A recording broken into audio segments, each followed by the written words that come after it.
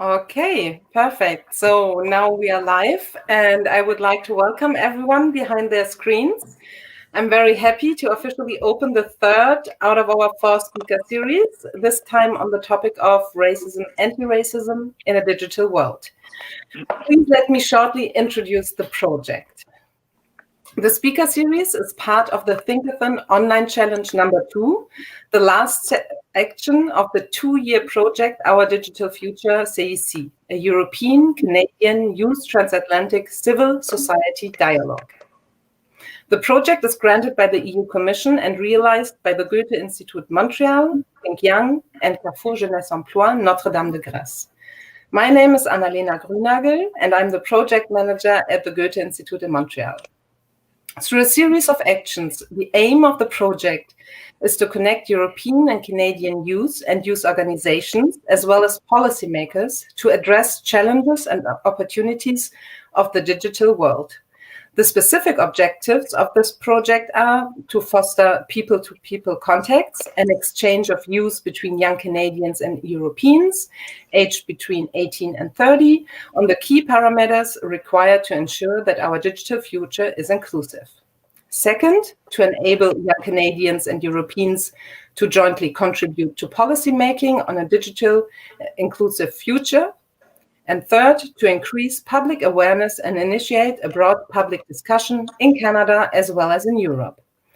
As mentioned at the beginning, our last action is the Thinkathon online challenge number 2, where over 250 teams composed out of 600 young adults from Europe and Canada signed up to work on a policy recommendation on how to make the digital future inclusive, focusing on the topics of racism, anti-racism, health, education, climate change, and gender equality. 50 teams made it into the second round and are now fine-tuning their recommendations. This speaker series is intended to offer food for thought to our participants, but also to animate the public getting involved and exchanging thoughts. So please feel free to ask your questions to our panel in the comments you see below the live stream. Please let me thank the European Union for their financial support in order to realize this project, as well as our main partner, Agorize, and all our promotion partners in Canada and Europe. I would also like to thank our speakers for their commitment and engagement in the topic. Racism, anti-racism. This led a lot of discussions in 2020, but shouldn't it always be a top priority? How can we learn about hidden racism in the digital age? And what actions to fight against it? How can policy recommendations support anti-racism? These are only a few questions that are on top of my head. And I'm very much looking forward to the discussion. So please let me introduce our moderator, Mohamed Amjahid, who will guide you through the discussion. I'm sorry, Mohamed, that I missed your name. Mohamed was born as the son of so-called guest workers in Frankfurt am Main in Germany. He attended school in Morocco and studied political science in Berlin and Cairo, and conducted research on various anthropological projects in North Africa. During his studies, he worked as a journalist for Taz, Frankfurter Rundschau, and Deutschlandfunk. He's currently working on several new book projects and won several awards in the category of investigation. So please, Mohamed. Thank you so much, Annalena. Thank you for hosting our talk today. We want to discuss the question, how can we fight against racism in a digital age?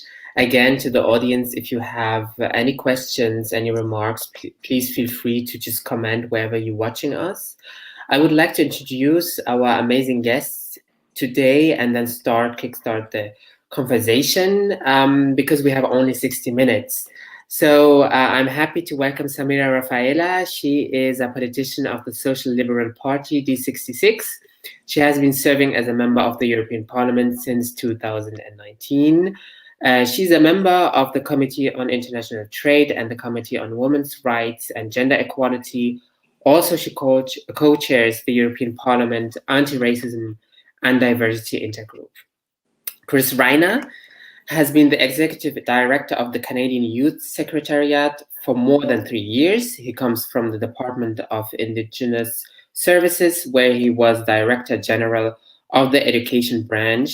Prior to this, he held a variety of executive positions within Indigenous and Northern Affairs Canada, including in relation to Indigenous governance and capacity development. Juliana Santos Walgreen is a senior advocacy officer at the European Network Against Racism, where she's working now for almost 15 years.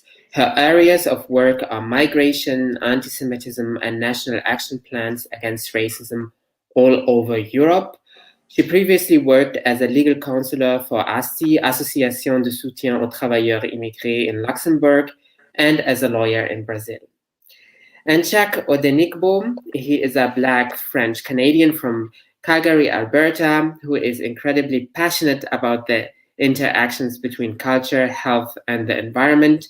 This passion manifests itself in his role as founding director for Future Ancestor Services, an Indigenous and Black-owned youth-led professional services social enterprise and startup that advances climate justice and equity with a lens of anti-racism and ancestral accountability. I can't wait so you can tell us more about that. He's also co-founder of the Poison and the Apple, a nonprofit organization that seeks to change the way in which Canadians interact with nature. And on top, he is a PhD candidate in medical geography. Well, welcome to all of you. And my first question to Chuck, I just had a talk with the Charmaine Nelson. She's an amazing Black professor in art history and worked for years at McGill University. And while we were talking, she was describing to me her frustration with something very specific. At one hand, daily racism that a Black person, an Indigenous person, lives in Canada. And on the other hand, an image that Canada has as a very inclusive place where basically everybody is happy and there is no such thing like discrimination. I don't know how you would comment on that from your perspective and your experience. Guten Abend, bon après-midi tout le monde. So Canada's a really interesting country in the sense that, we're one of the few countries in the world that has multiculturalism sort of integrated into our charter. It's sort of integrated into the fabric of our country, as we'd like to say. But that doesn't negate Canada's history. So Canada has a very powerful history of white supremacy, of Anglophone supremacy. So there's a lot of different very fascinating intersections of supremacies that Canada has had. We were definitely not the first country to allow women to vote. We were one of the last countries to allow women to vote. We were not the pioneers in anything gay rights, but we were relatively early compared to a lot of other countries. But essentially, we're one of those really interesting countries where we have a very powerful history of white supremacy. We've got a not well-known history of slavery, of indentured servitude, of internment camps, of cultural genocide, and of actual genocide against the peoples that aren't very well known because we also are right next to the USA and they tend to get a lot of the spotlight. And so when you're next to a country that gets a lot of spotlight, you tend to sort of be able to sit back in the shadows. And so Canadians are also known as being very sort of practical. We're not necessarily the type who, things are changing slightly, but we tend not to be the type who make a fuss about things if we can let it slide and like sort of move on. And so what that effectively tends to mean is we advocated for tolerance of multiculturalism for many, many decades. Mm-hmm. And so that after today is this tolerance of everyone and so this tolerance of people being different. But tolerance is not equivalent to acceptance. And so when you have tolerance, what that effectively means is, yes, we have this beautiful, multicultural, diverse country where there's so many different people who live here and who are able to sort of blossom here in very different ways. But that doesn't negate the barriers that all of these different people face because of their identities. And so to sort of speak to the Black professor that you spoke with, as a Black person in Canada, there are things that I don't necessarily worry about per se, but it's not impact me that are a little bit more nuanced, a little bit more, how do I put it? A little bit more death by 1,000 cuts versus death by a gunshot, if that makes sense. Yeah. And so that's kind of how Canada is a little bit, is if you are not sort of your atypical cis heterosexual white man, the history of this country has not been favorable to you. And so you live in a country where tolerance has been advocated for your existence, but tolerance is not acceptance. And there are lots of spaces where you're reminded of that. And when you're reminded of that, it's often in subtle, nuanced ways that are hard to openly complain about. And then when you do complain about it, you either hear, oh, it's worse in the US if you're speaking in English, or you hear, oh, it's worse in France if you're speaking French. Yeah, it's always the comparison. Always a comparison. And maybe it's better. Maybe it is. But when it's kind of, as I say, like if you're in a math class, you don't compare yourself to the worst student in the class and go, man, doing so well compared to that kid who's getting a D. You look at the students who are doing better than you. Or if you're the top of the class, you seek to keep on doing better regardless. You're not complacent in being mediocre. And so I think sometimes when it comes to discussing issues of racism in Canada, we tend to take this backseat of being okay with being mediocre because we're like, oh, we're better than our neighbor and we're better than France. So that's how it should function, right? Yeah. Thank you, Chuck. I will let Chris comment in a second. First, I would love to hear Samira Rafaela's thoughts, because I asked my friends, which is not representative, of course, my Black friends and friends of color, about how they think about the European Union fighting against racism. And the image was not so good compared now to the Canadian image. Most people told me that the European Union is not doing a lot for racialized minorities. So why do you think, Samira Rafaela, people in the European Union don't have that positive image when it comes to defending minority rights all over Europe? Yes, thank you very much, and good evening to you all. Very good that we're having this discussion. Well, I think it has to do with several things. Look, first of all, I can strongly imagine that the lack of representation, the lack of diversity within the EU institutions is definitely not helping for people to believe that their voices are taken into account in legislation and policies.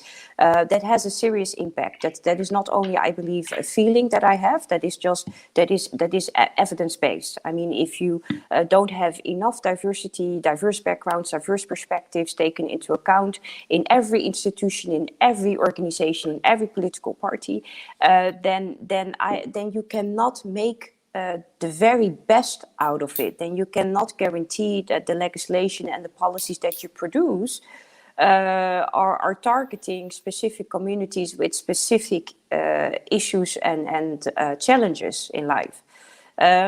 So I believe that observation is true, and I also believe that that's evidence-based.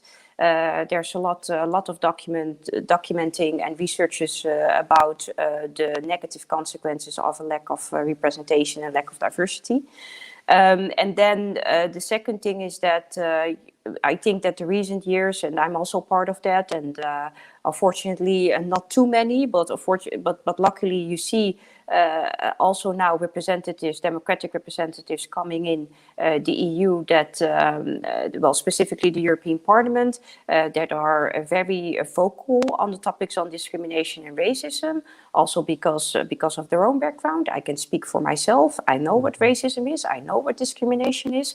And that is why I find it very important to be very vocal and active on the topic. And that, of course, helps when you bring in this kind of diversity.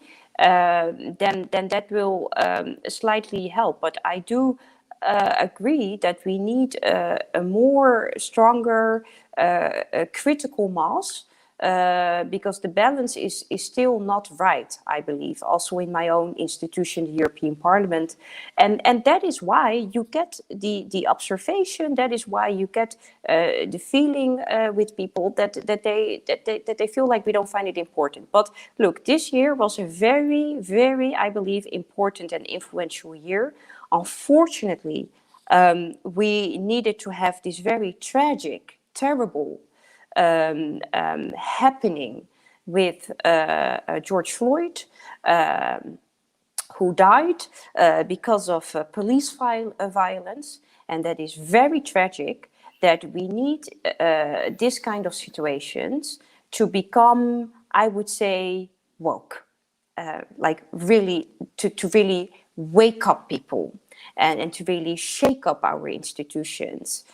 When it comes to what exactly is happening with racism in our society, and that happened this year. The European Commission recently launched its anti-racism action plan. That was definitely because of the push. Also because of the push coming from the European Parliament, also my own intergroup RD. We have also been working closely with ENAR, also concerning resolutions, but that was not only this year, also the years before my mandate. For example, organizations as ENAR were strongly involved. And this year we also voted through a new resolution on racism because of the happenings in the USA.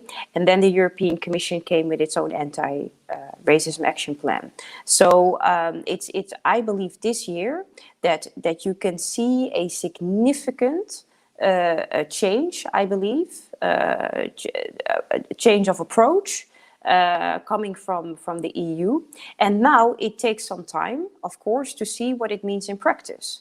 So the action plan also said that the member states, for example, need to deliver their own national action plan. The European Commission will monitor it also.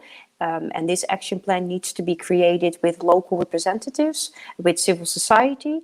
And they will also monitor how the member states have been implementing the Equality Directive. And if they did not comply to that correctly, then even infringement procedures can happen. So, so I believe that this year has been very influential. I definitely agree that we are very late. And I have said that pretty much, I believe, in every plenary debate that I had on this topic.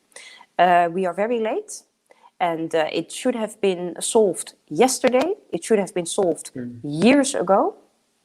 But let's see what happens now. I believe there's a significant change coming. Thank you, Samira. Knowing that also, for example, police violence is something which is not only existing in the US, it's something that you can find in all member states. Definitely. In the European Union, also in Canada. Regarding the action plan from the European Commission, maybe we will later in a second hear Juliana's perspective on that. First, I would love to hear Chris Reiner's perspective. You work from an official side on anti-racism, actually.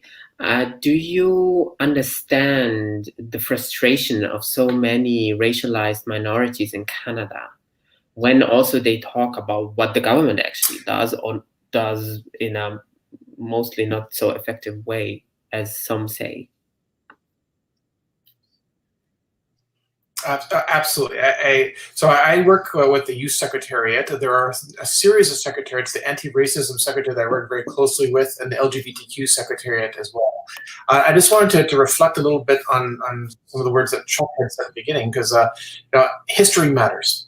And here I am speaking to all of you from the traditional territory of the Algonquin people, their unceded territory, and that matters. It matters because it explains a relationship that continues in some form today. And I remember my journey is a little bit, when I was 16, I had a summer job up in Northern Ontario. It was the first time I set foot on a First Nations reserve. And I was shocked. I was shocked at the conditions, the lack of running water, the lack of facilities, the lack of opportunity for people. And it was kind of the beginning of an awakening. And that mattered to me because that was not what I was learning in school. That was not what was taught in the curriculum. That is not anything that you would have gathered from at that time what was being talked about in the news. And you had to go to experience it, and not many Canadians have still to this date. The history matters because it also establishes systems and structures that many of which live on in some form today. So we can talk about structural racism and ingrained processes that we need to continue to deconstruct and build new institutions and approaches in that way. But I think for the conversation here today too, it matters because we're talking about a new era of digitization and online platforms and the opportunity that presents. So, there are supports and structures necessary to help communities that have been historically disadvantaged for generations and generations, decades and centuries, that require some additional leg up to be able to just be at the same opportunity scale as many other people, whether in Canada, Europe, or other places around the world. So there is hope. And the hope is that in the recognizing where we have come from and what that means for the structures and the steps that we need to take in the future. Thank you, Chris. So two important things. Samira already mentioned representation, and this is more about participation, also using new forms of communication. Juliana, Samira said that the problem should have been tackled like yesterday. We had a couple of days ago in Germany a committee from the government discussing anti-racist policies. The whole committee was white.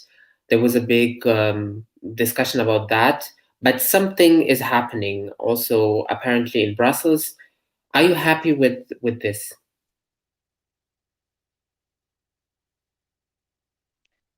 First of all, thank you for the invitation and for being here and exchanging and learning also from you. I'm not say that I'm happy, and I don't think I will always be happy because racism is the norm. So we are not here trying to understand if we are removing racism and this is no longer the norm. We are just trying to find solutions to still live in a racist society while being racialized minorities. So I would never be satisfied from that point of view. However, I welcome the idea that this needs to start from somewhere. And I welcome as well the empathy of the institutions to take a stock of the reality, to take not only George Floyd, but also COVID as a mirror that highlights the exacerbation of structural inequalities. It comes probably too late, but it's necessary. It's not perfect, but it's the beginning of something. And like MP Samira Rafaela mentioned, the most important thing is really this collaboration between institutions, and therefore the representation of minorities in the parliament is really important to ensure that the commission will be accountable to the same message that the parliament wants to bring to a more societal level. And the parliament is the most colored institution of the EU. Only with, if I'm not wrong, and Samira can correct me, I think we are only 31 people of color as MP out of 750 something in the parliament. And it's still the most colored institution. So, which is quite striking. So I think we have to understand that where we are now is just a piece of a very important process, and we need to progress. What I can say it's quite revealing was that on the EU anti-racist plan, there is acknowledged first of structural racism, institutional racism.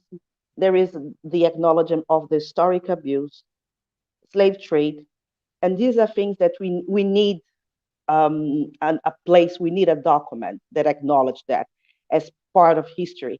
Samira comes from the Netherlands, and it's very important, for example, that we say that in an European document in order to tackle Black Pete in Belgium, in the Netherlands. This is instrumental to this shift.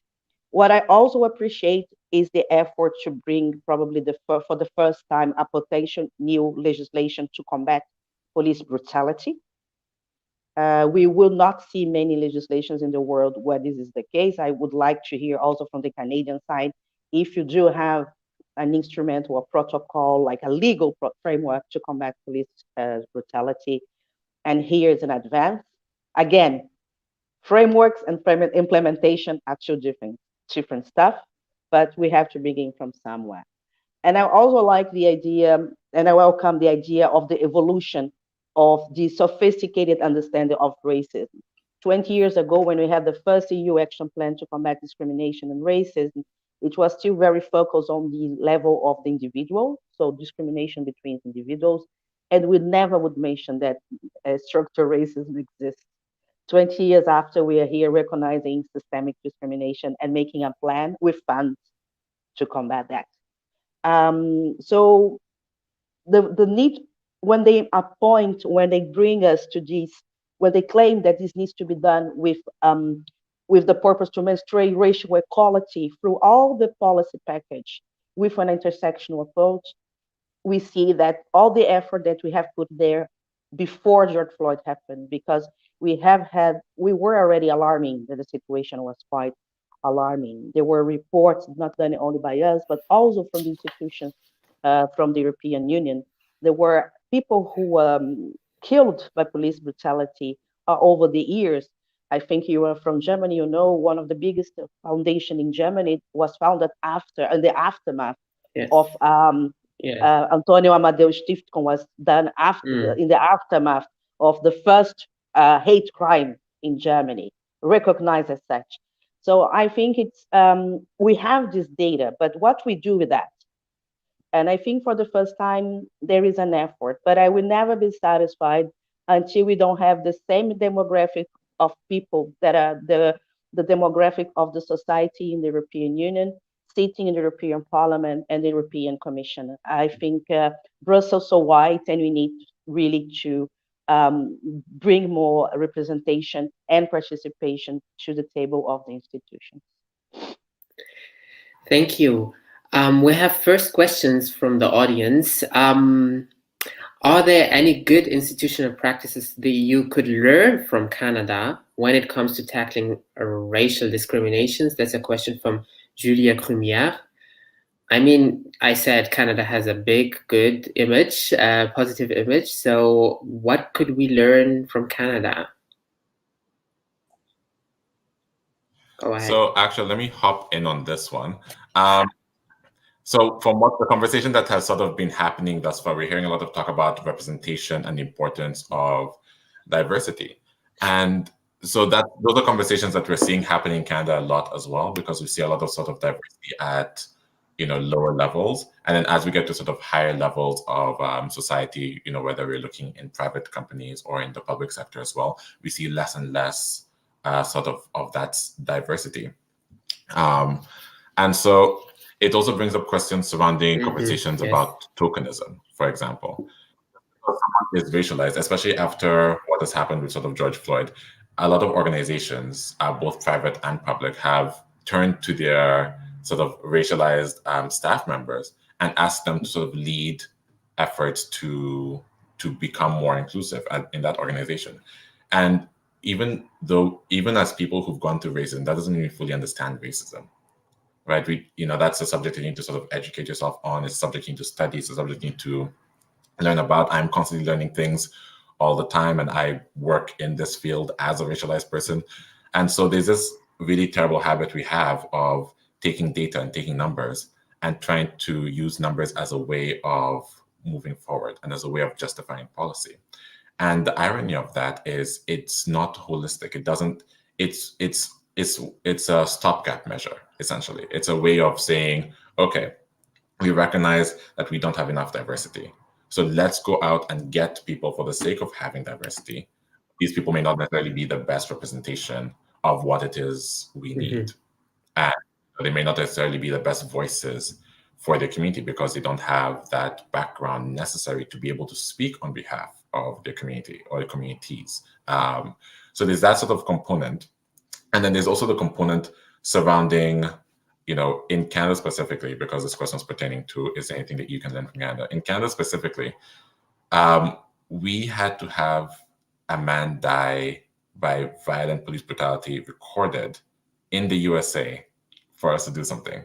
Before the Black Lives Matter movement took ampleur, like really grew powerful this summer, we had two other very international movements, right? So we had in Canada, the Wet'suwet'en crisis, which was this crisis where indigenous people felt that their land was being encroached upon unjustly by an oil and gas company, and there was a lot of police brutality surrounding that, a lot of very interesting government decisions that had inherently negative impacts. And so the entire country was effectively shut down because indigenous people were not allowing trains to pass, they were blocking railways, they were really sort of making their voices known. And then after that, we had the Je ne suis pas un virus movement that started in France that reached frankly the world, which was highlighting how people of Asian descent are being unfairly targeted because of the COVID-19 virus. And once again, as Canada, we stayed silent, even though we saw this massive increase to the point where embassies of South Korea, China, and Thailand were telling their people, hey, heads up, if you're in Canada, be careful when you leave the house. Maybe if you have a white friend, go out with them.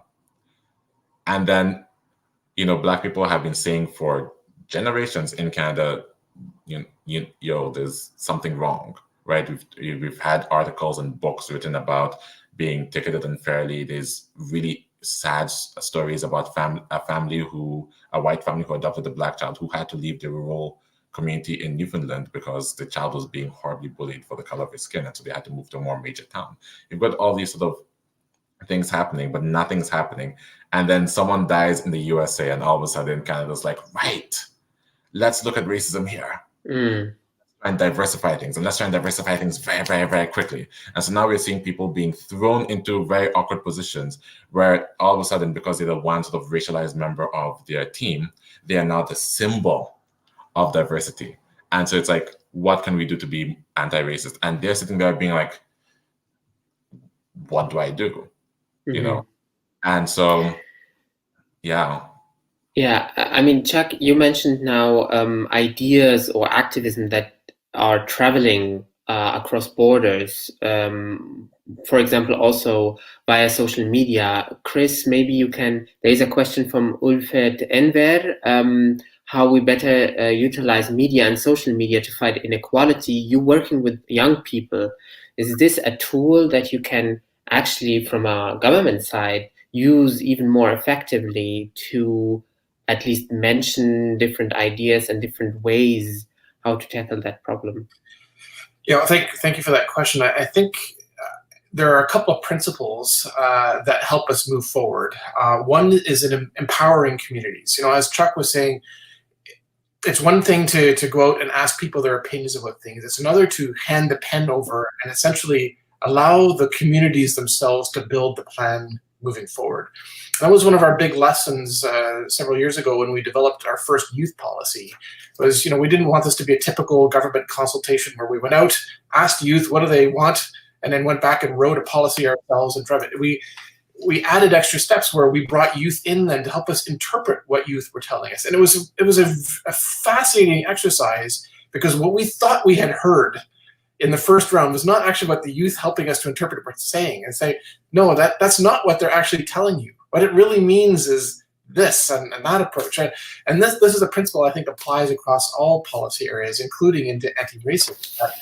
It's about empowering and engaging the communities to help drive the way forward themselves. And that's what we're really trying to do in the approach with our anti-racism strategy, is the investments into Black organizations, into Indigenous organizations, into community-run institutions to help drive the change that needs to be there. So on the digital side, there are many investments that I think can make a big difference in helping disadvantaged youth learn how to code, learn how to control the internet instead of being controlled by it, to drive the message. And it's that shift in power of the government doing forward into enabling communities to drive up that I think is a fundamental principle that we need to keep driving forward. Thank you. Sorry, I was going to say there are many examples around coding, around entrepreneurship programs, and big investments into helping communities develop where they have been disadvantaged in the past because of the structural racist issues in the way that we have been investing in the past. There's actually a question from Evelyn Tomazu, which is going in a similar direction. Maybe Juliana can answer it, how can policymakers and other institutions help to develop inclusive initiatives to ensure that minorities have better access to the digital resources? I would like to add to that question, Juliana, what potential do you see in these digital resources actually to help to speak more about anti-racism and policies? I think it's a really complex issue, the question of digitalization and digital platforms and resources. I think in a one sense it's an opportunity, and I think it's a right. I think we have to see the question of digitalization as a fundamental right. So it's something that we all human beings should be granted all over the world. So as it's access to health, education, we live today in a digitalized world. It's really important that we can adapt. But I think it's much more difficult than that. Then, of course, how can we do? Well, policymakers and institutions, of course, could provide certain programs to bring more digitalization to those who are not at a position to afford or to have access to digital platforms. But it's beyond that. It's also who can have an internet of quality, who can pay for the price of communication, how expensive it is. And the digital world is not different from any other offline world. So it just showcases the same inequalities, but in another platform. So I think it's what is important that policymakers, institutions should take as step number one is really to understand the issue.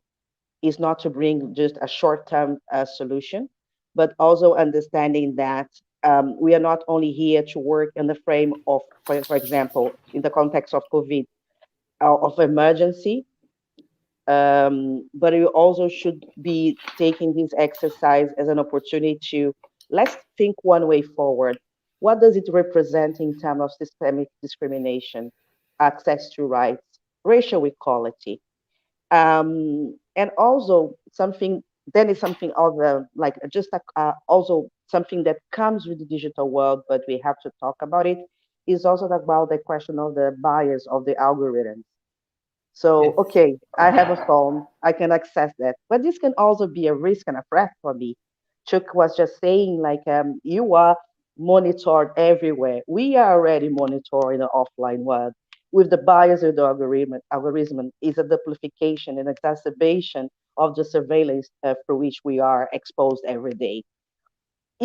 Going beyond the question of security, even a question of access to servers and, for example, in the field of employment, like today, the algorithm can already exclude you to any job opportunity because they're gonna read you on a bias that categorize you as a unfit candidate. So Mm-hmm. it's a catch-22, I would say. So of course we need that to ensure that because we need to see it via the lenses of digital rights as a fundamental right, but we should not stop there. We should also think about how this is interlinked, intersecting with structural inequalities. Thank you, Juliana. I really liked your thought about understanding the issue. Sometimes it's really, really simple. Last time when I was in the European Parliament, that was like 2 years ago, Samira Rafaela, I again could see that there are a lot of MPs there who did not understand the issue, actually. So my question, how do you deal with so many people? I mean, the European Parliament, you find nationalists, you find white supremacists, you find from across Europe people who really don't like our discussion here, actually. So, as yourself, someone who understands what racism means, how do you deal with these policymakers actually who look in your face and tell you what basically, let's talk about real issues? What do you do? Mm-hmm. Yeah, well, it all starts with having the very strong mindset that you also have the right to be there. And the fact that there are people that don't find you or that don't find the topics that you find important enough, or the fact that they don't understand you, is not a reason for me personally or individually, or for, I believe, every other individual who wants to become a legislator or a politician, to back down from it. I mean, it's a very strong driver for me, a very strong motivation to be there, knowing that these voices are in these institutions, also in the parliament that I'm part of. And it gives me a lot of energy to fight that, because I realize that every time when a political colleague of mine in the European Parliament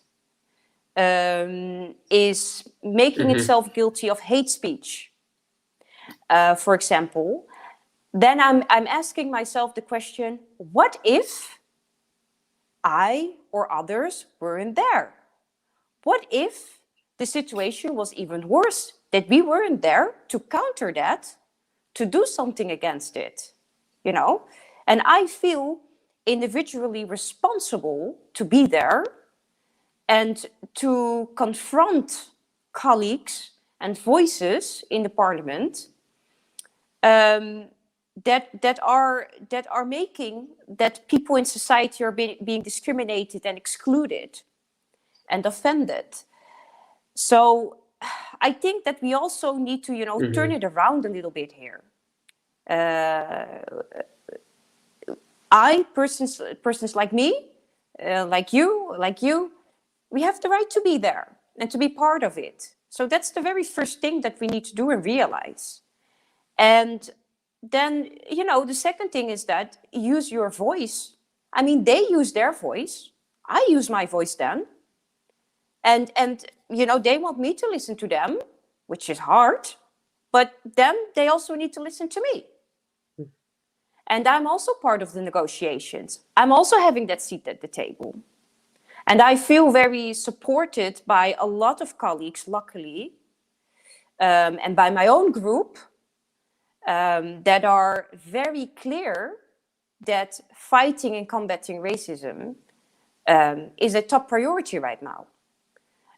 So I am lucky that I believe now in a time space in the EU and in the European Parliament specifically, that there is a very strong awareness now. And yes, in the beginning, and I think you always have that, it wasn't easy always, indeed, to be the only one often, to come up with a topic or to make an issue out of it. And sometimes that feels very lonely. But, what I just noticed is that so many colleagues now from different backgrounds are very supportive and are also taking up the battle themselves. And that's a very good and positive thing, I believe. But yes, we need a stronger critical mass in our institution to make sure that we counter these opposite voices. And you see it indeed in terms of racism, discrimination, but also sexism, anti-feminist, anti-LGBTI. It's this whole discourse, and that's extremely worrisome.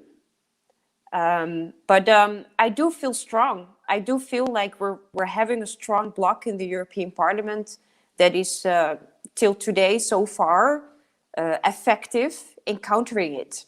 Yeah. Thank you, Samira, for your perspective. Of course, then the question is, when you negotiate with white supremacists, what could be like a common ground there, actually? But Well, Chuck, yeah, I mean, a common ground? there is no common ground with someone who is anti-LGBT while you say it's a human right. That's also a part of the problem, maybe. Yes, indeed. Of course. I mean, yeah, well, the only thing that we have in common is that we are both democratic representatives, That's the only thing we have in common. But I don't have any difficulties with making clear to them that furthermore we don't have any common grounds. I mean, I'm definitely not backing down from that. And I feel often very strong and effective during negotiations that I need to do for the reports that you're reporting on for your group or for the parliament. And again, I can notice that we have a strong progressive bloc in the European Parliament, so that helps. But yes, definitely, I did have experiences with discussions and conflicts with these kind of colleagues that want to take out everything that has to do with race, with ethnic identity, with gender, with LGBTI. Like it's crazy, and it's sometimes unbelievable. And it sounds exhausting, actually. It is, but they keep up the fight. Let me leave Chuck comment, because you raised your hand, Chuck. Yeah, so this is one of the things I do for a living is educate people on racism, educate government agencies, private organizations, non-for-profits, all that fun stuff. And often the way in which we approach it is to try and approach it from a lens of shared experiences. Because the thing is, this is me being very gentle about it, but the thing is, a lot of people who are very sort of openly sort of racist or homophobic or whatever it is that they've decided to take a very firm stance against and go out of their way to fight against, even if they're not necessarily being impacted by these people getting rights, is that they tend to see them as sort of an enemy to who they are, an enemy in a way that, by you getting these rights, this is the way it impacts our economy or the life or our religion, so we're going to get hellfire or something random like that. And so we found that, you don't necessarily have common ground in the sense of, there's a human rights, and if you're anti them, there's no common ground in that sense. But common ground in the sense that these people tend to be marginalized as well, in some way, shape, or form, whether it is socioeconomically because they are poor, whether it is because they are from a rural area, because people in rural areas, especially in Canada, are very heavily disadvantaged in comparison to people from urban spaces, or whether it is because they are women, because in Canada, white women are a big propagator of racism, but they still do experience oppression as women, or francophones, white francophones. It's been in the media quite a bit how our French majority province has been adamantly refusing to believe that there's such a thing as systemic racism. They're like, absolutely not, we refuse to say that there is. But francophones experience such intense discrimination in Canada, and so often, when you're in your bubble, you create this sort of like tourbillon where you think everyone is against you. And then when we enter into this bubble and we start having these conversations, we start talking about, like, let's talk about the ways in which society has hurt and oppressed you. As a white francophone, these are things that, this is your history in Canada. These are things that you've gone through. As a white woman, these are things that you have gone through in this country. As someone from a rural area who is in a global pandemic shutdown where the government is saying work from home, but you actually don't have access to high-speed internet because of the rural area, and you could have $1 million and still not have access to that high-speed internet because of your physical location, that's ridiculous, and that's oppressive of our society, and it's ignoring the transition that needed to happen long before this happened to make you resilient to these things. And so we have those conversations where we try and create these spaces where they're able to speak about issues that society is presenting upon them. And then at that point, it's like, okay, now imagine all of that, and you are Black. Imagine all of what you're going through, and add on that layer of every issue you've told me has not been related to skin color. And I imagine having a skin color also be one of those issues.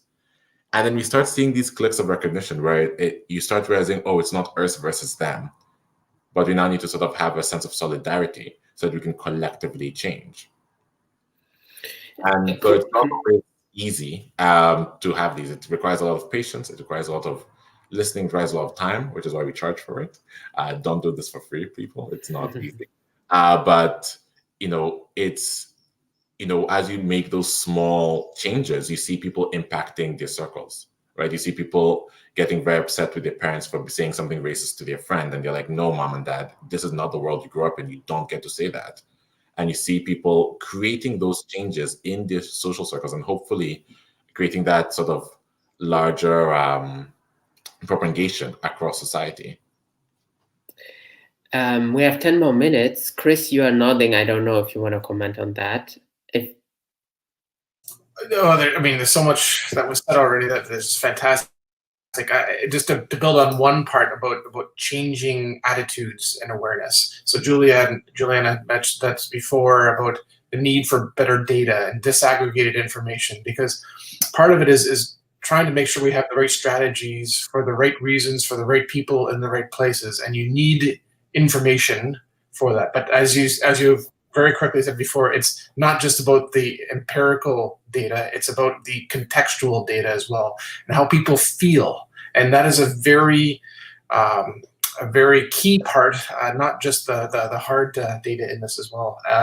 And as Chuck was saying before too, it's about working, continuing the push to change the attitudes. And while the internet might be a very, very ugly place in many instances now, it has the power to be such a powerful tool. And when we talk to youth, they don't talk about the discrimination that they see, although we certainly see it. They talk about the potential that it is for them to get a job, to get ahead, to become part of their own change and approach. And really, I think the opportunity of a digital world is so tremendous in helping to change this. Juliana, I was wondering, do you have also some ideas of how to talk to privileged people, how to talk to how to talk to the so-called Karen, so she stops calling the police on Black people? Do you have any strategy, digitally or not digitally, that you can share with us in the last 8 minutes, of course? I only have one: make them feel uncomfortable. That's all.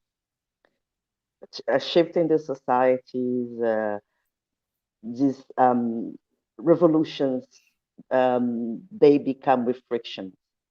As you know, I'm not European, and one of the greatest writers from where I'm born, he has written a book called The Pedagogy of the Oppressed, Paulo Freire, in which he explains exactly that there is a need to have a kind of movement, and that we take action and we claim the space in order to bring a certain feeling of movement, that we are moving towards something. And I think that put people in a very uncomfortable position is something that we have to do.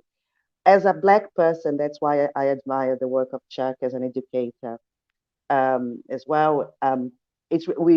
Especially 2020, is a question like, as Black people, sometimes I'm also tired of educating people all the time. I think this is also the burden that racism puts on us. So that we are those that are victimized, and we are those who have to teach how to not do it without no check his talking that, yeah. And nobody even cares and don't listen to us. So for me, it's really honest and individual and simple decisions. We have to have these uncomfortable conversations. There was a question before about the role of media and social media. Yeah, that's it. Again, I'm not a communication expert, nor a campaigning expert, but I do use campaign and communication as a tool for advocacy and lobby. In my point of view, I think media can be also, again, an opportunity and a threat. The same lack of representation that we have in the public spaces, we also have in the media space. So we also need to claim and bring more diversity, but not tokenism, like Chuck was saying, really bring diversity in representation, but in policies to retain people of color, journalists, and also community-led media as reference. I don't know if you know, but every year more and more community-led medias are closed, shut down, either by government or because by lack of financement. So who has the voice? Only the mainstream media that is owned by big white rich families, and then create this narrative. I have a problem with the question of the narrative, because it creates this feeling from the old magic bullet theory from the 30s that if you shoot a message, everybody's going to understand the same way, and then this will bring a social behavior. And I think changing a narrative is more complex than that. It's about the different backgrounds, it's about the education that you have, it's about access to information, who has access to different platforms of information. It's about create critical thinkers in a democratic space. So I think the question of hate speech on social media should begin first with a better regulation of the content, not only the removal of the content, but also what happens on the offline. We cannot also always find a solution for hate speech online on the online platform. This needs to be brought to the offline. We need to bring some complaints, formal complaints. I don't know how's it in Canada, but in the European Union, the transition from the online to the offline complaints are very low. Like the rates are very low. So we need to bring more complaints to the court. And I think as well, more regulation. And I also think more understanding. So I have seen the most hatred speech never been blocked from social media. And I have seen very tolerant discussions around sometimes the word race or homophobia being removed immediately without any kind of technical screening. So I think we need better methodologies on how to address that. And I think regulation could be also a solution. Yes, and I would like to add. Yeah, go ahead. 1 minute for each one, because we don't have a lot of time left. Yeah, on the regulation part, you know, the role of big tech here is extremely crucial. And what I believe now is what you see is that big tech is extremely powerful, also in terms of data, the data sets that they use, that they apply, also in terms of who's in charge of the data. And they have a major responsibility, I believe, to counter hate speech on social media. And they should also definitely be more transparent on how, for example, algorithms work, how they use it, how they apply it. I mean, I do believe that there is a lack of transparency and a lack of accountability also coming from big tech. So I'm glad to see that within the European Commission, there's now a lot of work been done also on a framework on artificial intelligence. And in 2016, actually, the European Commission agreed with Facebook, Microsoft, Twitter, YouTube, the so-called code conduct on countering illegal hate speech online. So you see that more and more social media platforms are also now being part of that kind of agreement. But we do see, given the numbers, that we need more improvement in terms of monitoring it, in terms of really deleting it, and also, you know, finding it very quickly on social media. So the last evaluation actually shows that there was an average. The companies are involved flagged now 90% of the content within 24 hours, and 71% of the content deemed illegal hate speech is removed. So, but still we see that users want to have a more responsible and quicker response, and that is something also that we need to work on from the European Union. Chuck, you wanted to comment? You have 45 seconds. Go ahead. Yeah, I just wanted to comment on the cultural aspect. I think,